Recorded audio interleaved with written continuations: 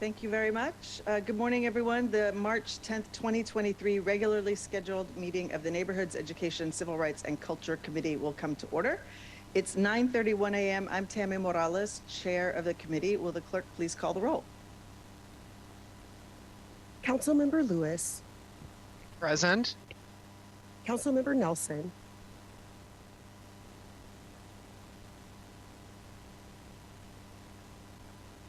Councilmember Nelson.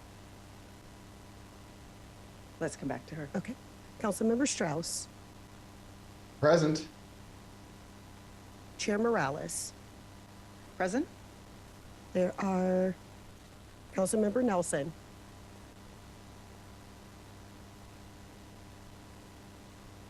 If she comes in, I will acknowledge. And Vice Chair Sawant is absent. Is that correct? I don't see her.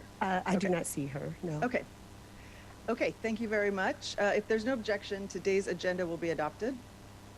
Hearing no objection, today's agenda is adopted. We have 3 items on the agenda today. We've got a resolution, approving a memorandum of agreement with the UW Medical Center. We'll be hearing from the Department of Neighborhoods about that. We have an update on the passage of Initiative 135 that creates a social housing developer. And we have an ordinance creating a race and social justice, establishing the Race and Social Justice Initiative as city policy. We are probably going to have a briefing and discussion on that item, and we will vote on that item at the next meeting. Before we get started with public comment, I do want to acknowledge that we have a guest in chambers today from Alexandria, Louisiana. Councilmember Reddix Washington is here. Very nice to see you today. We had a short chat in my office this morning, and he's very interested in our agenda. So welcome to Seattle. Okay, at this time, we will open the general public comment, in-person and hybrid. Let's go ahead and open it. I know we've got a couple of in-person people here. So I'll ask that everyone be patient as we operate this system. We're continuously looking for ways to fine-tune the process and add means of public participation in our council meetings. It does remain the strong intent of the City Council to have public comment regularly included in our agendas, but we reserve the right to modify these periods at any point if we deem the system is being abused or is unsuitable for allowing our meetings to be conducted in an efficient manner. So I will moderate the public comment period. The period is up to 20 minutes, and each speaker will be given 2 minutes to proceed. I'll call you up to the mic. I don't believe we have any signed in online. Is that right? There's okay. None. I believe Councilmember Sawant has also joined the meeting. Oh, thank you. Councilmember Sawant, welcome. Thank you, Chair Morales. Apologies. And Councilmember Nelson is here in chambers with us today. Good morning. Present. Okay, we will go ahead and call the speakers. You will hear a chime when you have 10 seconds left. When you hear the chime, please wrap up your comments so that we can move to the next speaker. Okay, the public comment period is now open. Who has the list? I have the list. Okay. Our first speaker is Marguerite Richards. Richard.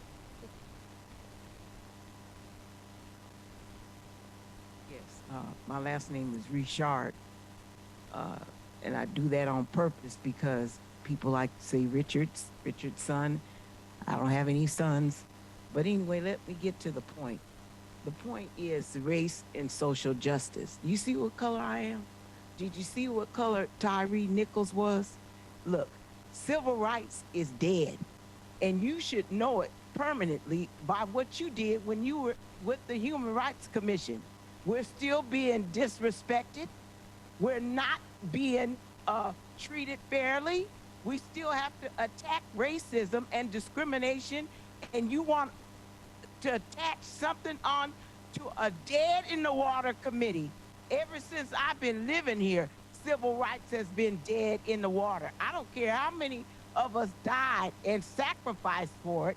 It's dead in the water when you can have law enforcement taking the Negroid population after Afro-American, black, whatever you want to call us, I'm indigenous black now, and have this type of stuff going on around here, and we have a constitution that is not even effective. Let me tell you why. Because Ben Crump, it's a wonder he haven't had a stroke or heart attack. Just taking on all this mess as an indigenous black man, happen to see the faces of those families.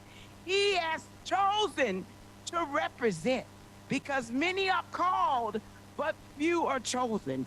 That man had to be chosen by God to do what he did, because all these other scared Negroes out there running around acting like they're trying to help us, and they're perpetrating fraud. It's called evil and wicked intent. And the man upstairs, Jesus Christ, my Lord, he's looking and he's booking too. He done erased a whole lot of folk from this planet that should not even be walking around treating us indifferently.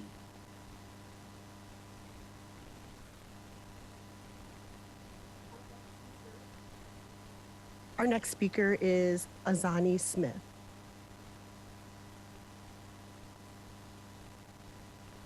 I think it's Asian A. Is that right? I'm sorry if that's Asian A.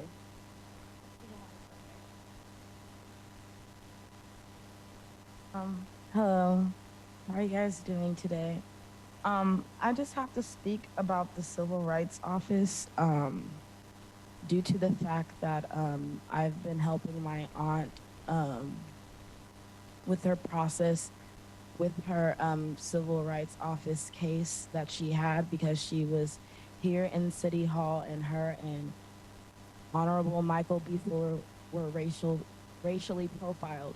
Even though people are saying it's not racially profiling, when there's two people who are elderly and both of them are sick, having somebody that's supposed to be representing as your security comes up to them and they're elderly and telling them to get up and that they couldn't sit there. And I ask, just me being one person who is curious about what's going on in my city, I go over here and I ask, oh, can people sit over here in this section?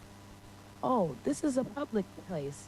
This is for the public. The public can be here. So if the public can be here, I'm trying to figure out why my aunt's civil rights investigation is still going on, even though it's because of the, I guess, security company that you guys are having here at your guys' building. I'm wondering how you're going to sign over an initiative with someone or an office that's not even doing their job at all. And my mom, my aunt has had multiple cases with the Civil Rights Office, and they're still not doing anything.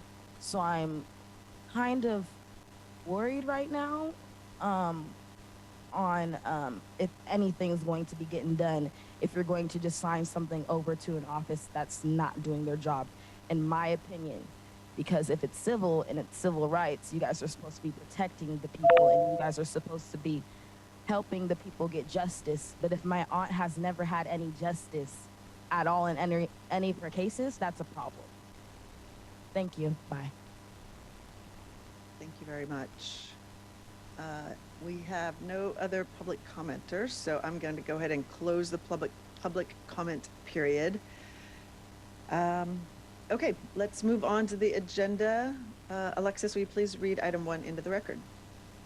Agenda item 1, a resolution approving a memorandum of agreement with UW Medical Center Northwest Campus regarding the establishment, composition, and rules for the Development Advisory Committee for preparation of a major institution master plan for UW Medical Center Northwest Campus.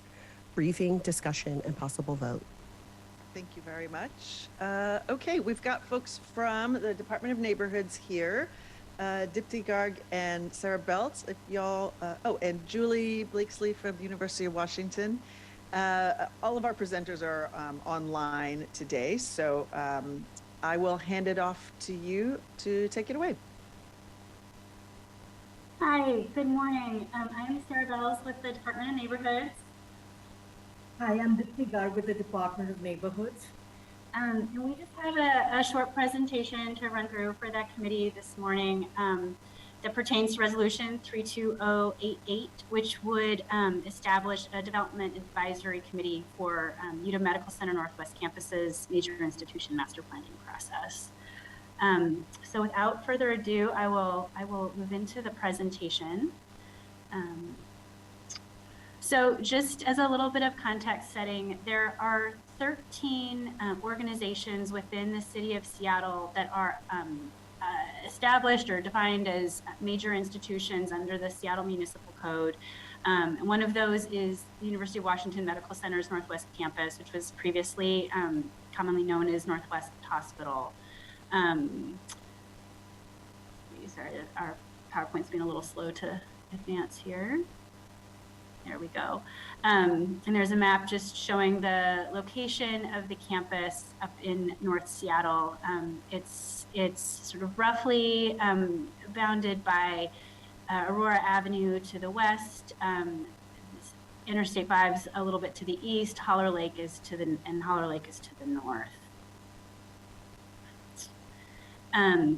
So the city's major institution master planning process is largely under the purview of the Seattle Department of Construction and Inspections, although what the Department of Neighborhoods role is we staff and provide facilitation support to the advisory committees that are formed to advise on master plan development and implementation for each of the major institutions. And there's a quote on the full quote from the municipal code on the slide that's up now.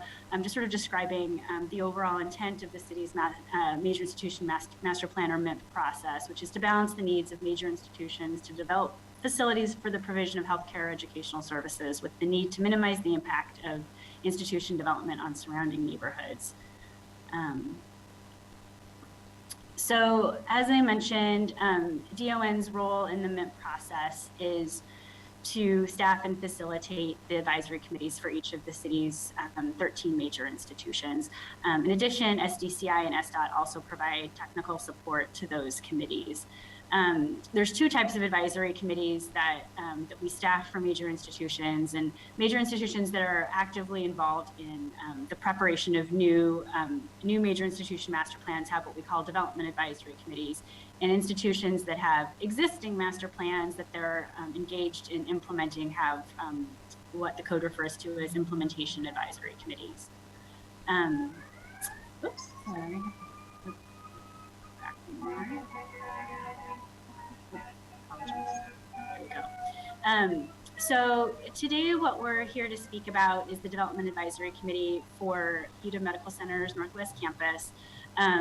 Development Advisory Committees, they are a required component of the major institution master planning process, and they are required to be established and appointed by the City Council via a resolution.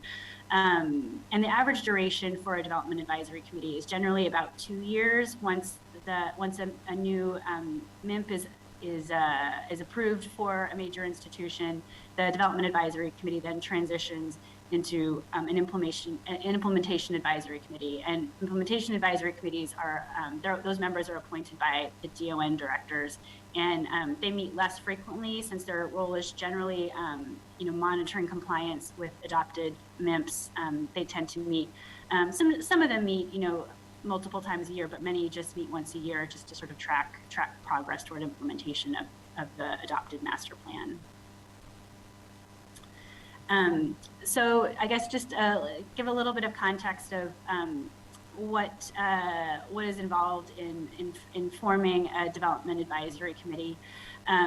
So as I mentioned, the municipal code requires the development of a development advisory committee for institutions that are actively involved in master planning process. So per the municipal code, DON works with each major institution that's initiating the creation of a new MIMP to form a development advisory committee with between 6 and 12 members. We do mailed notice, we do direct outreach to community organizations working in the areas or the neighborhoods surrounding the institution. And pursuant to the code, we seek to recruit and onboard development advisory committee members that are directly affected by the actions of the institution, which is engaged in the master planning process, and also, to the extent possible, individuals that have either professional or volunteer experience tied to areas such as consensus building, land use, zoning, urban design, economic development, or educational or medical services, depending on the mission of the organization engaged in the master planning process. In addition to community members serving on advisory committees, on development advisory committees, they also include a non-management representative from the institution engaged in the planning process, as well as non-voting representatives from the institution and various city departments. And this resolution will adopt a memorandum of agreement between the Department of Neighborhood and the UW Medical Center Northwest Hospital. And with its adoption, the major institution master plan will actively involve 3 city departments. The Seattle Department of Construction and Inspection will provide technical assistance to the advisory committee on code-related issues. It will also help prepare the advisory committee with the formal staff recommendations to the hearing examiner and the city council. And then the SDOT, the Seattle Department of Transportation, will provide advice to the committee members on all things related with transportation, and specifically with the transportation management plan. And the Department of Neighborhood, as Department of Neighborhood, we will provide staff support to all the advisory committees, including assisting in scheduling and facilitating meetings, preparation of agendas and meeting minutes, and also assisting the committee members in preparing various reports to the institution, to SDCI, to the hearing examiner, and to the city council. This slide shows the bird's eye view of the UW Medical Center Northwest Campus as it exists today. One thing to note is that the current UW Medical Center Northwest is operating under its master plan that was adopted way back in 1991. So it has not been updated from its current master plan for more than 30 years now. This slide lists the proposed DAC members for the UW Medical Center Northwest Campus. The voting members are the committee members, and there will be 10 voting members. And in addition to the committee members, DAC includes ex officio members, and they represent the institution, which is UW Northwest Campus in this case, the SDCI, SDOT, and DON. The ex officio members participate in all aspects of the committee work, except they have no vote.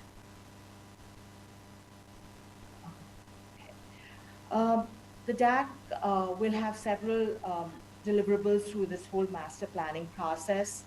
The DAC will have an opportunity to comment on the concept plan, provide inputs on the EIS scope, the environmental impact statement scope. It'll have opportunity to, again, comment on the preliminary draft master plan and the preliminary draft EIS and the draft director's report, and finally the final director's report. And at the end of this process, the DAC will deliver a final advisory committee report to the city hearing examiner, SDCI, and the institution. And this slide is a sort of a graphic image of what we just discussed in the last slide. All the arrows on top are the different milestones that the DAC will be participating in, either through providing comments or through providing deliverables as part of the process. And along the same timeline as the master plan is getting developed, the EIS, the environmental impact statement, will also be developed simultaneously. And in the end of this process, the top row process, when we come to the hearing, then then the final report goes to the hearing examiner, and then for a final approval to the city council. And once this master plan is adopted, then the new master plan will become the guiding document for this institution. And this last slide outlines the MEM schedule for the next few years. UW Northwest submitted a letter of intent to the city last year to begin updating its MEM. The code recommends 24-month duration from the start, that is from the letter of intent to the council approving the master plan. And based on this agenda, we are looking at a final phase of the master plan to be sometime during this second quarter of 2024. I think that's it. Thank you. Great. Thank you both very much. Julie, did you want to make any comments or? You? Sure. Just thank you to Sarah and Dipti for putting all this together. And we worked through a really nice process to, we had a SAC, a Standing Advisory Committee. Some of those members wanted to continue to be members of the DAC, and we did a nice process to be able to add some more members to this advisory committee, and look forward to seeing this adopted and getting started. Thank you. Well, thank you. Yeah, thanks for being here. I know when I met with Department of Neighborhoods earlier this week, they indicated the 10 committee members who have been identified, and talked a little bit about the array of expertise that they're offering. So I think this is going to be a good way to get this group started, and look forward to continuing to hear about the development of this plan. Colleagues, are there any questions or comments for our presenters? Nothing from Councilmember Nelson? Okay. I don't see anything. So if that is the case, then I move the committee recommends the council adopt resolution 32088. Is there a second? Second. Thank you. It's been moved and seconded. Will the clerk please call the roll on adoption of resolution 32088? Councilmember Lewis. Yes. Councilmember Nelson. Aye. Councilmember Strauss. Yes. Vice Chair Sawant. Yes. Chair Morales. Yes. 5 in favor, none opposed. Thank you. The motion carries, and the committee recommendation that the council adopt resolution 32088 will be sent to the March 21st City Council meeting. Okay. Will the clerk please read item 2 into the record? Agenda item number 2, update of passage of Initiative 135, creating the Seattle Social Housing Developer Public Development Authority. Thank you very much. Esther Handy is here from Central Staff to walk us through a presentation. Colleagues, now that I-135 has passed, the city has certain obligations to assist with implementing the Social Housing Public Development Authority. As a reminder, we do have several PDAs in the city, including the Pike Place Market PDA, SCIPTA. More recently, we have the Central District PDA and the Cultural Space Agency PDA. I-135, as you know, is a voter-approved initiative to create the Social Housing PDA, and its intent is to develop, own, and maintain publicly financed, mixed-income social housing developments. So Esther's here. She's going to walk us through what these obligations mean, and then we will open it up for discussion. Please go ahead. Great. Thank you, Chair Morales. Esther Handy, Director of the Council Central Staff. I'm standing in for a couple staff who are out of town, so I would just want to acknowledge the good work of Deputy Director Ali Panucci and Housing Analyst staff member Tracy Ratzliff for their background work on this. I have 5 or 6 slides. My plan is to walk through the background of the initiative, and I'm happy to take questions, including sort of the next steps for the city. Thank you. Great, Alexis, we'll go to the first slide. Initiative Measure 135 regards to the development of social housing in Seattle and was approved by voters in February. It became law on March 1 when the mayor certified the election. So this is 10 days fresh law. The new law establishes the Seattle Social Housing Developer Public Authority. I'm going to refer to that as the PDA during this presentation. The purpose of the PDA is to develop social housing in Seattle, which means owning, maintaining, developing publicly financed mixed income social housing developments. The initiative established the PDA and adopted the charter for that PDA. On this slide are some of the characteristics of what social housing develop means. It's not an exhaustive list defined in that charter. So these mixed income developments will be owned by the PDA. They will be affordable to households earning between 0 and 120% of area median income. They will allow tenants to remain in that housing even if their household income changes. It'll set rates based on the cost of operating and the debt service on these buildings. It will allow residents opportunities for restorative justice, conflict resolution, and engagement in decision-making in their housing. These developments cannot be sold or transferred to a private entity or public-private partnerships in the future, and they must be developed to high green development passive housing standards. The next slide says a little bit about the governance. The PDA will be governed by a 13-member board, and I'll talk more about that board shortly. After the initial appointments, half of the board members will be residents of the Public Development Authority housing, and the governance board will be paired with individual governance councils for each multifamily project. Next slide. This takes a look at what are the obligations of the city related to the PDA. The first obligation is that the city council, the mayor, the renters commission, and the Green New Deal oversight board, those city entities shall make appointments to the board. The city council is responsible for calling the first meeting of the board within 30 days of those appointments.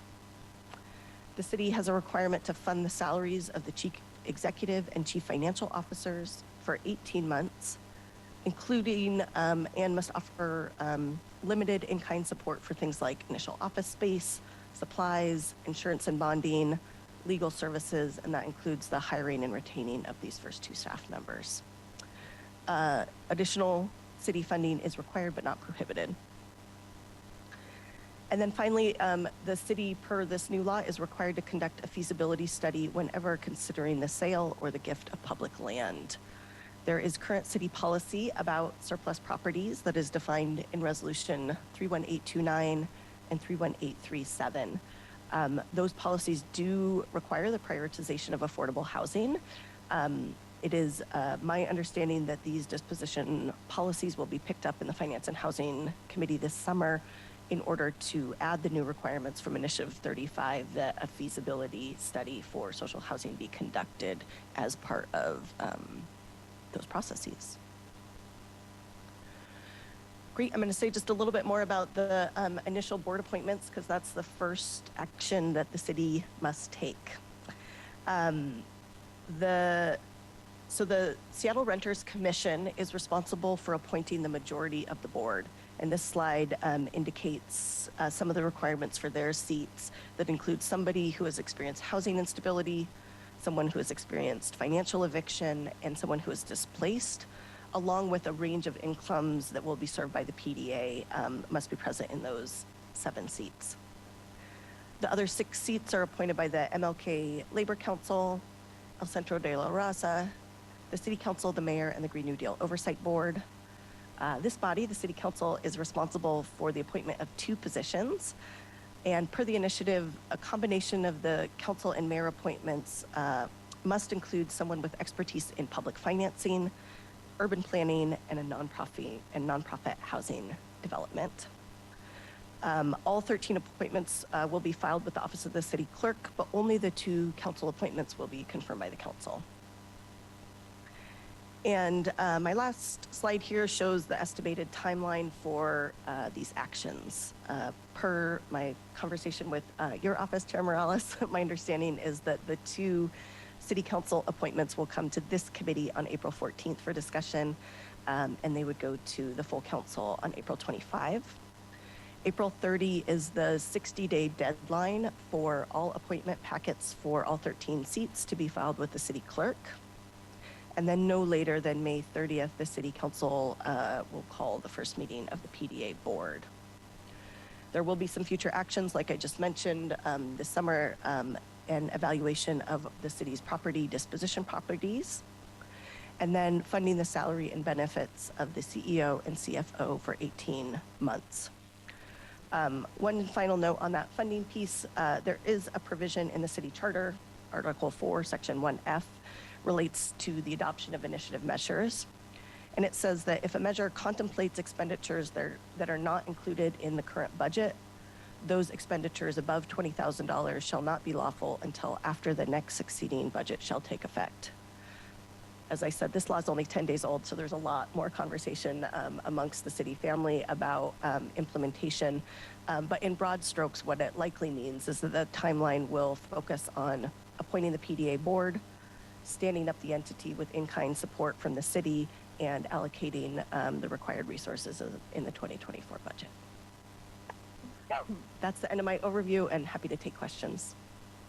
Terrific. Thank you so much, Esther. As you said, it's brand new.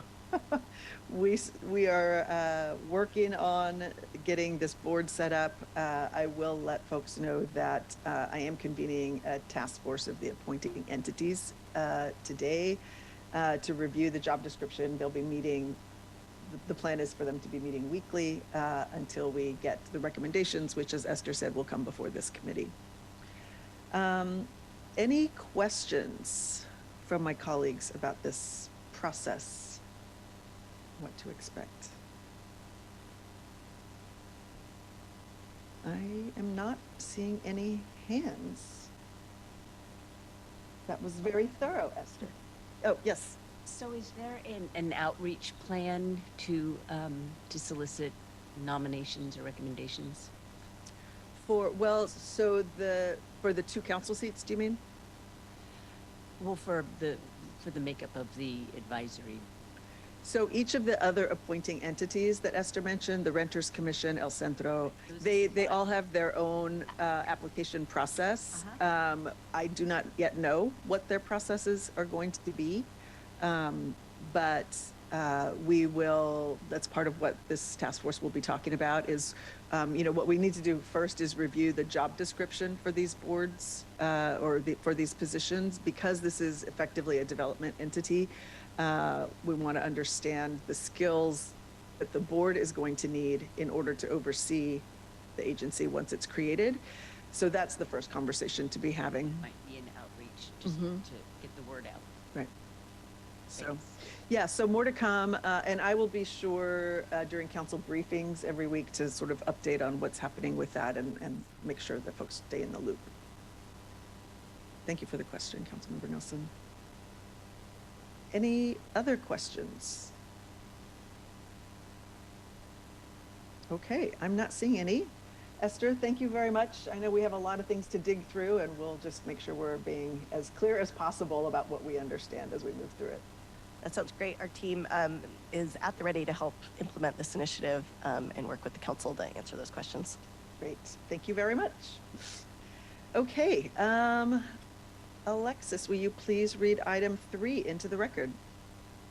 Agenda item 3, an ordinance establishing the Race and Social Justice Initiative as city policy, establishing governance of the Race and Social Justice Initiative within the Office of Civil Rights, authorizing the Office of Civil Rights to lead the Race and Social Justice Initiative, and adding new sections 3.14.941 through 3.14.945 to the Seattle Municipal Code for briefing, discussion, and possible vote. Thank you very much. Okay, we have from the Office of Civil Rights Interim Director Derek Wheeler-Smith, Davida Ingram from the Race and Social Justice Division Director, and Asha Venkatraman from Central Staff. Before I hand it off to you, lovely folks, I do want to say that it's really important that these principles of the Race and Social Justice Initiative, which we've had in the city for some time, the principles around undoing racism, analyzing power, learning from our history are all crucial to the work of the city. As an institution, we can't do the work of undoing racism, of establishing anti-racist practices, unless we acknowledge the historical role that this institution has played in creating inequity across the city. So I am eager to work with the department to create a culture of racial equity among our city family in all of our departments, and to use that racial equity lens to let us do our work as a city to best serve Seattleites. The Race and Social Justice Initiative challenges us as public servants to redefine the kind of city we want to be, the type of future we want to build for our children, and the kind of communities we want to create for our elders to be safe in the city. So I am excited that we're having this conversation, and really want to thank the department, Asha and central staff, and my own chief of staff, Alexis Turla. They've all been working really hard together, and do want to thank the mayor's office for his support of this as well, and look forward to the conversation. So I'm going to hand it to, who's first? Asha, are you going first? No, okay. Derek, please take it away. Awesome, I will kick us off. Thank you for having us here, Chair Morales and council members. We're excited to bring this ordinance before you today. I want to first really just salute the OCR, Office of Civil Rights staff. As a year ago, I challenged us to consider what it meant to bridge, to shift our focus from destroying the things that harm us to building the things that heal us. This has required us to work on discovering our interconnectedness, building shared humanity by bridging across difference so that we can focus on organizing systems and structures, really to increase agency for the persecuted and prevented groups in the city of Seattle. Bridging in this instance has meant stepping back to ask what is the common good of the people and looking at what is good governance and policy, and it's meant bridging between a wide range of stakeholders.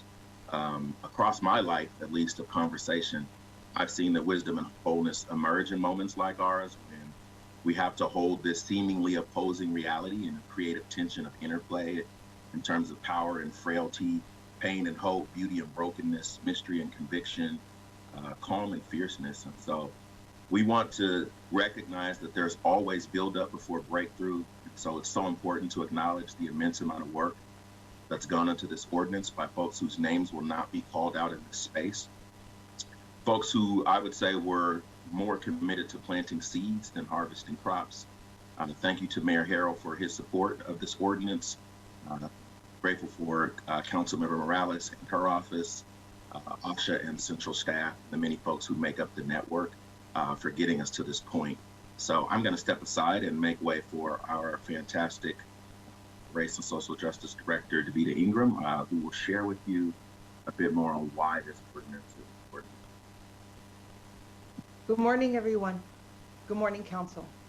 Thank you for taking time to listen to the ordinance, the Race and Social Justice Ordinance, on the floor today. My name is Davita Ingram, and my pronouns are she, her. I'm a deep brown-skinned African-American woman who identifies as Black, and I'm wearing a gold outfit. And I have the honor of leading the Race and Social Justice Strategy Team. The broader RSJI network thanks you. We all believe in the vision of Seattle as a place of opportunity where everyone can thrive. And what makes me excited about the conversation we're having today is looking at RSJI, as my director, Wheeler Smith, often says, moving it from an initiative to something that has permanency, that, like Councilmember Morales said, honors our history and is foundational. With the support of hundreds of city employees and community members and this council, we do have an ordinance that's designed to continue creating measurable change and ending racial disparities across the city. The RSJI initiative at its heart has the dual purpose of advancing racial equity within the city's workforce and for all of our communities. I'm thinking about the 2023 Dr. Martin Luther King Unity Day celebration. Councilmember Morales, Mayor Harrell, and Director Wheeler Smith, they dreamed in real time about our city and our beloved communities with a unified voice harmonized to the tune of racial justice and social justice. So we're here today in front of you asking council to please bring this RSJI bill to a successful vote. Passing this bill enshrines a first of its kind initiative into our city code permanently. It builds on Seattle's historic commitment to legislating equity. The RSJI bill is also a balm in the heavy winds of change. There has been COVID, there has been colonization, there's been racial housing covenants and gentrification and displacement. We know that leading economists are saying that businesses and people should prepare for rough economic times ahead. So we're bringing hope. The ordinance is a stake in the ground, not for scarcity, but for abundance. I love that we are working on the coming vision of the 2044 City Comprehensive Plan. Why? Because we've had 20 years of threading RSJI through all 44 city departments. And when we move 20 years into the future to 2044, this is just a year before 2045, when it's projected the communities of color will hold just over a 50-50 split with white communities nationally. This bill is futuristic and hopeful. It says, yes, we can live with racial harmony together. But more importantly, it builds a concrete understanding of the work ahead of us civically and administratively. Seattle is a great and beautiful city, and yet we know it's still troublingly inequitable on important measures of income, education, health, accessibility, and opportunity. We know that this is the cumulative effect of facing multiple disparities that hinder opportunity for far too many. So if you are low income, uninsured, from a struggling family, undocumented, incarcerated, or justice involved, unhoused, disabled, you just might not feel like the city's arms are around you or that your options are slim.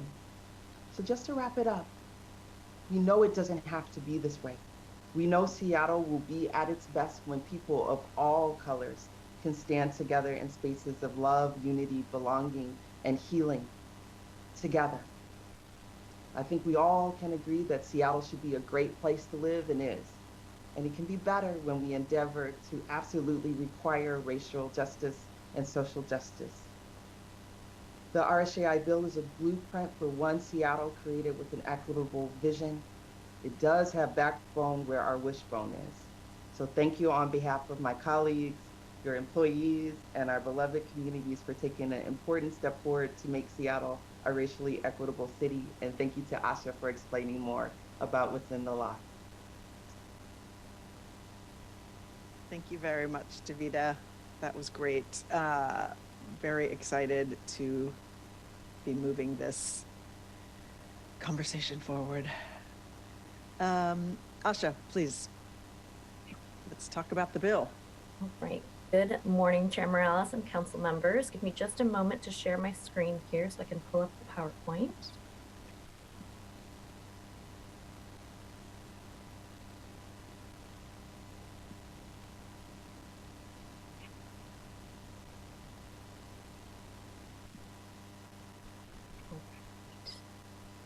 Is that showing up okay? It's not in presentation mode, but we can see it. Okay. See your notes and stuff.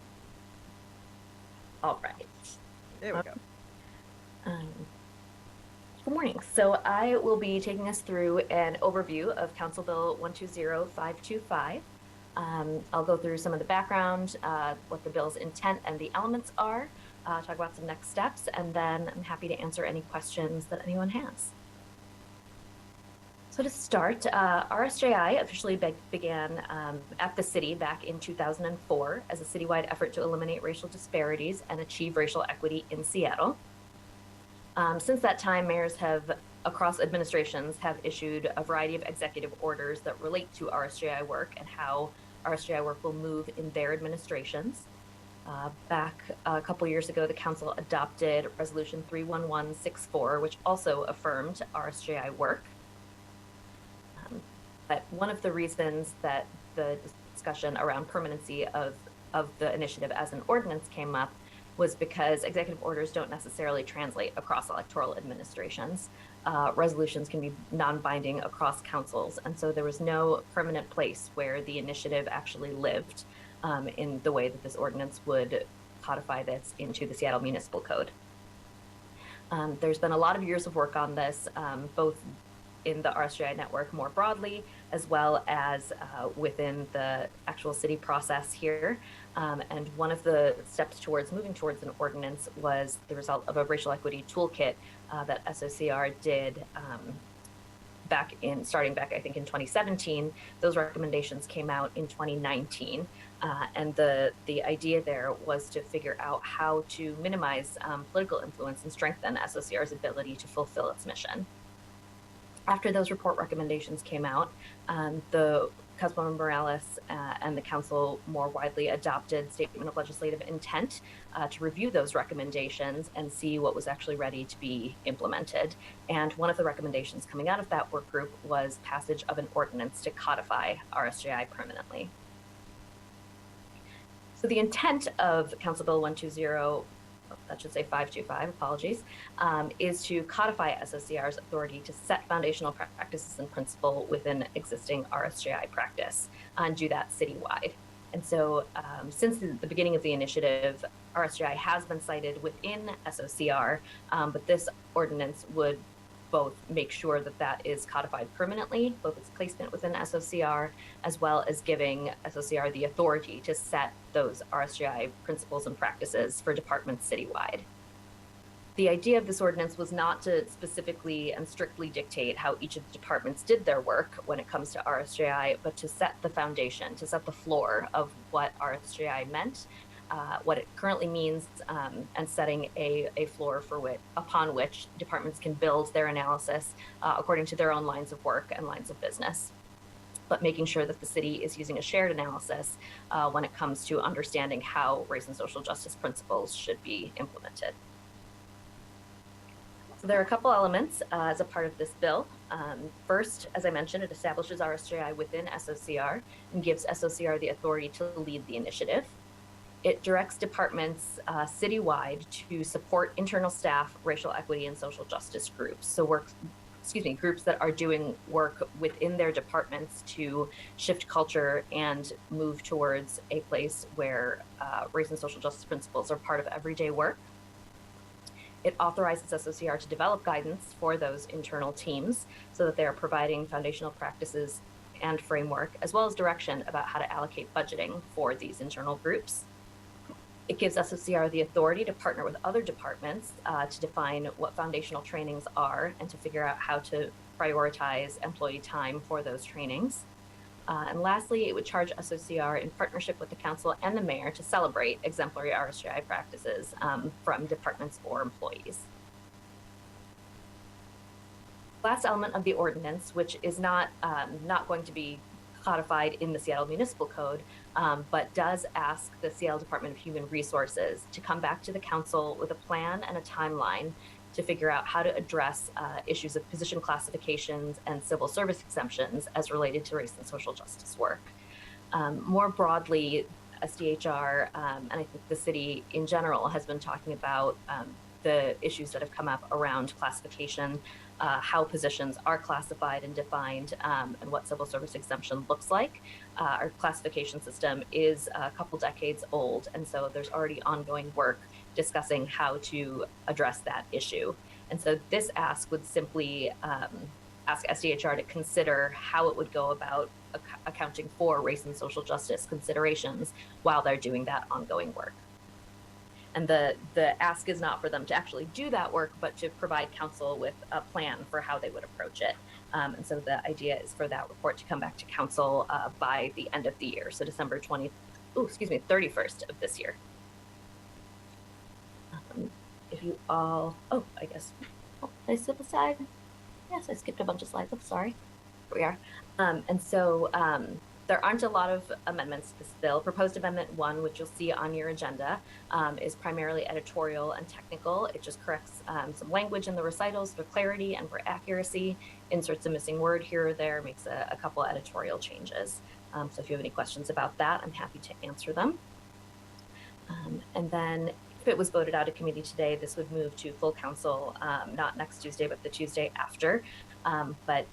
It may be moving to another committee meeting in a couple of weeks. And so the full council vote might be after that. But once a bill is adopted by the city council, it will go to the mayor for signature and then would become effective 30 days after that signature. So that is the overview, and I'm happy to answer any questions anyone has. That's great. Thank you very much, Asha. I will say my office has been working on this for quite some time. So I don't have any questions, but I would like to know if colleagues have questions or anything they want additional information on. I have a comment. Yes, please. So I think that my favorite part of this is in section 1, where it says, let's see, the Office of Civil Rights. The work of the Office of Civil Rights will inform setting metrics and measurable racial equity outcomes, setting equitable indicators, collecting and assessing demographic information, and implementing change.